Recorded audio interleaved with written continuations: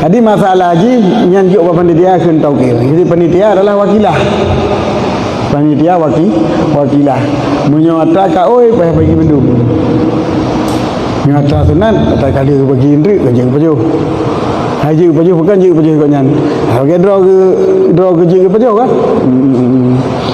Draw rumpo je pajo. Mai tanya anda bagi pun je dah pajo tu. Cau je indri nan. Cuba munyo tahu kau payah bagi kira kalau waki. Munyo kurban kau yang kita bagi ba urang dia bagi, nyan tu urang yang baginya hanya kecak kira kan. Payah kita nyojuk kau nyan. Mana kamu? Masuk ni kira saya hanya paju. Kecuali ada yang hanya paju. Dia bukai kan. Kulit dia paju.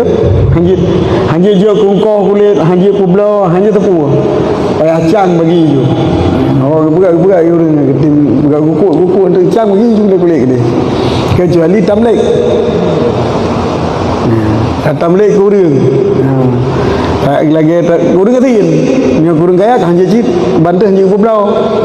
Tatam lek kurang katinnya jika kublau sih yang kadang lebih kublau sih yang daripada tak bagi sih tak bertempuk ah.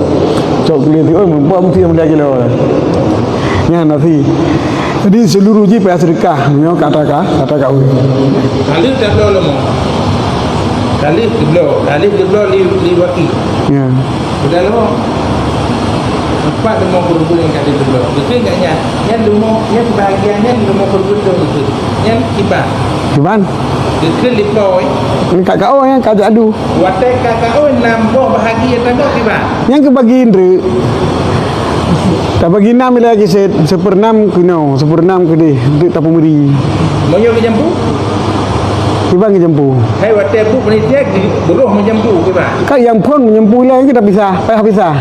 Sabar lagi syuyuk bak wakaf. Syuyuk bak wakaf berarti tak boleh lempuh puit tu. Wakaf tu tanya, seperpuit bagi lun wakaf. Ya. Yang yo pun kalau anda bagi mandum lempuhnya kira wakaf. Kira hukum wakaf. Sehingga dia ada pegat ke masjid, mandum hukum tu masjid dia mau rumah junub bila. Dia tak ciu atau pegat ciu. Yang wa ke kita nyau, yang batai ke pegat lotre wa ke kita nyau.